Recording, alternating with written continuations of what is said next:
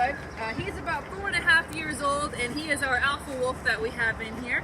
The one kind of hanging around in the back, that's Mama Wolf. Her name is Cheyenne, and she's about 4 years old. So the gray one up here with the Cherokee, her name is Coda. She's actually a pup from these two. They had a litter of puppies around 2 years ago, and Coda is the only one that we kept.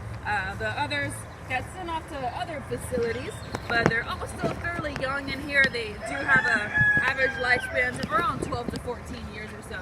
So you can see the feeding is a lot different with the hyenas with these guys. So the hyenas, they'll destroy anything and everything I put in front of them. These kind of get picky sometimes, don't always want to eat every day. This guy right here, sometimes they usually only eat ground beef, so he's liking it today because I have the ground beef for him. So they all have their favorites and they can be pretty finicky. But there is a feeding hierarchy with this.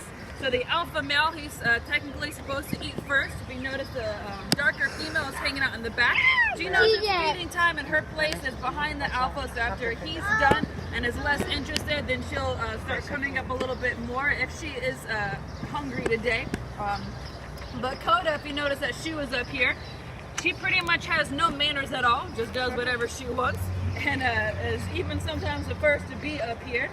And she'll even steal pieces from mom and dad's mouth, and they're pretty laid back and easy with her, but they will put her in her place every once in a while if it is something that they really want. And there's a chicken today, yep.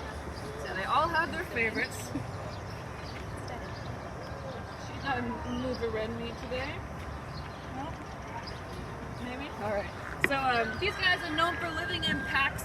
Their packs can be as small as just 2 animals. They're also as large as 20 to 30. But no matter how large the pack size is, there's always going to be one alpha male and then his alpha female.